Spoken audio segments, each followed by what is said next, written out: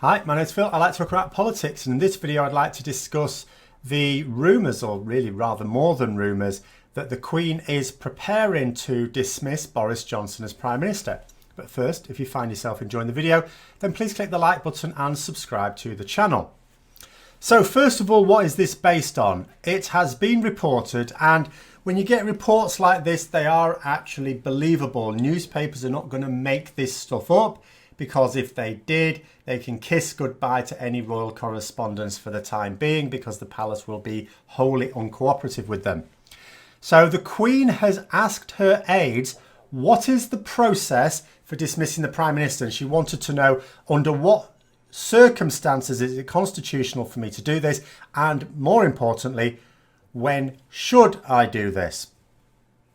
Now, people are reading into this a few things. For a start, Dominic Cummings, who is the former Attorney General and one of the key Tory backbenchers that has ensured that we don't leave without a deal, and to the point where he was dismissed from the Conservative Party by Boris Johnson recently, he was saying that if Boris Johnson breaks the law, the Queen will dismiss him. Now, what he means by that, if come October the 19th, Boris Johnson is compelled by the Benn Act to sign the letter requesting an extension and he refuses, that the Queen at that point will dismiss him.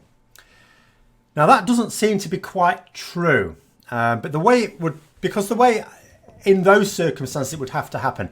Now, certainly the Queen would have the power to dismiss Boris Johnson under those circumstances, and she'd certainly be able to say, well, yes, this is a thing. But then what would she do after? She has to appoint another Prime Minister. And I was thinking this through before I'd got the full facts, and I thought to myself, she'd have to appoint Jeremy Corbyn. There is no one else. And you think to yourself at the moment, so obviously Labour MPs would support Jeremy Corbyn. The SNP have said that they'd be willing to support him in a government of national unity. The Green Party would, but that's one MP. There are a smattering of others who would, but there's not enough to guarantee he definitely has the confidence of the House. Now, this would be a tricky call.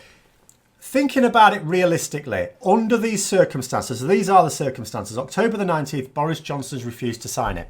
So October the 20th, the Queen dismisses him, calls Jeremy Corbyn to the palace, says, can you form a government for me?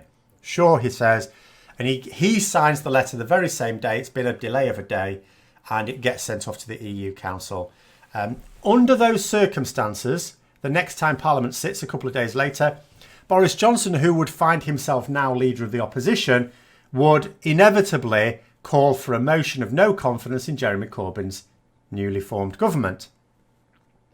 Now, in a situation such as this, you wouldn't imagine that even though the Tory rebels and the SNP do not support his bid to become the caretaker Prime Minister, you would not imagine that they'd vote against him, because this is the way they're going to stop no deal. Yes, Jeremy Corbyn will have already signed the letter. It's too late for that. But until we've actually got the extension, well, they'll just put up with it. However, from the Queen's point of view, it's not as straightforward as that. First of all, she can't absolutely know that the Tory rebels and the Lib Dems would go along with it. And the other problem is, the Queen can't have a situation where she acts, at odds with Parliament or at odds with the people. She can act at odds with the government, which sounds strange because it's her government, but she can act at odds with them, although it tends not to happen, as we've seen recently. But she mustn't act against the will of Parliament or against the will of the people. And the bottom line would be, if she's not sure that Jeremy Corbyn has the support of a majority of Parliament, because if he had the support of a majority of Parliament, they'd have already told her that. And they'd have already replaced Boris Johnson. And the other thing about the will of the people is a strange one as well. Boris Johnson, according to polls, it's all we've got to go by, has a higher approval rating than Jeremy Corbyn in the country at large. Maybe not amongst his supporters. I don't know. These days, quite a lot of his supporters actually do seem to support him. But it doesn't matter. In the country, he has a higher approval rating than Jeremy Corbyn. As mad as that sounds, but that is the reality of the situation. So she couldn't possibly act in the way that Dominic Grieve is suggesting. So what this is much more likely, and this is what I was responding to people on Twitter about, is in the event of Parliament saying, right, we've nominated another Prime Minister. There's two scenarios where it becomes tricky. If there's a vote of no confidence in Boris Johnson and he loses, and then MPs rally around someone else, Jeremy Corbyn, Ken Clarke, Caroline Lucas, whoever, then the process is fairly simple. The Queen, says to Boris Johnson, well, Boris Johnson should actually go to the Queen and resign. If he refuses to do it, it's still simple. She just tells him, you're not the Prime Minister anymore. Bugger off. Get yourself moved out of number 10, take your puppy with you, because Mr. Corbyn is moving in, or Mr. Clarke, or Miss Lucas, whoever. So that's not the situation where this would be needed, where she'd need the constitutional advice. It's one of two.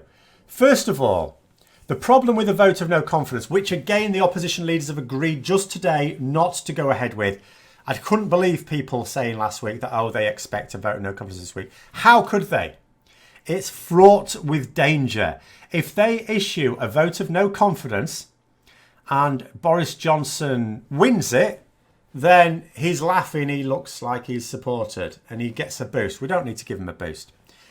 If he loses it, but they don't agree on who should become the next Prime Minister, then in 2 weeks' time there's a general election without us having obtained the extension to Brexit.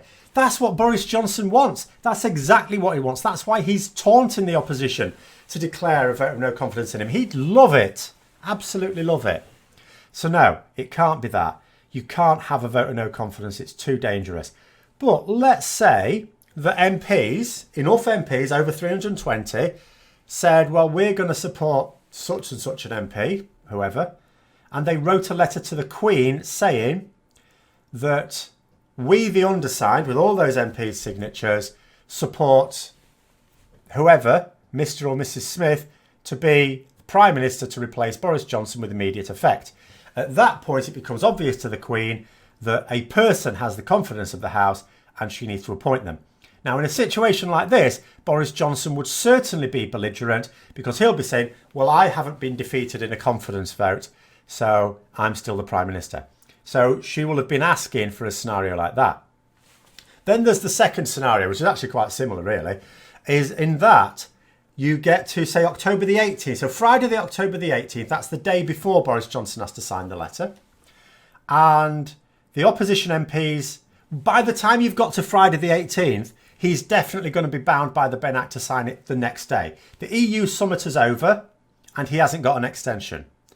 Parliament hasn't voted for a deal and there's now no time for them to.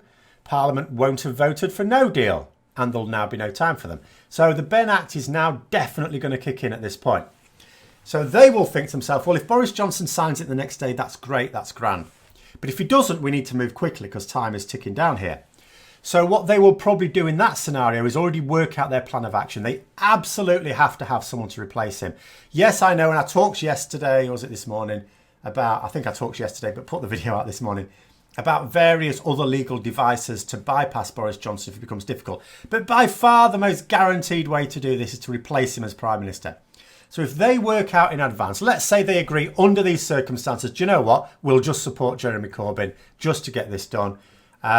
They can have a letter already ready sent to the palace saying, can you prepare yourself, Your Majesty? Because if Boris Johnson doesn't sign this by midnight on October the 19th, then on Sunday, October the 20th, we are going to be approaching you to make Jeremy Corbyn, whoever, the Prime Minister. And again, she'll need to have got the situation under control by then so that she knows exactly what the constitutional situation is, what's going to be required of her, what she can do and what she should do.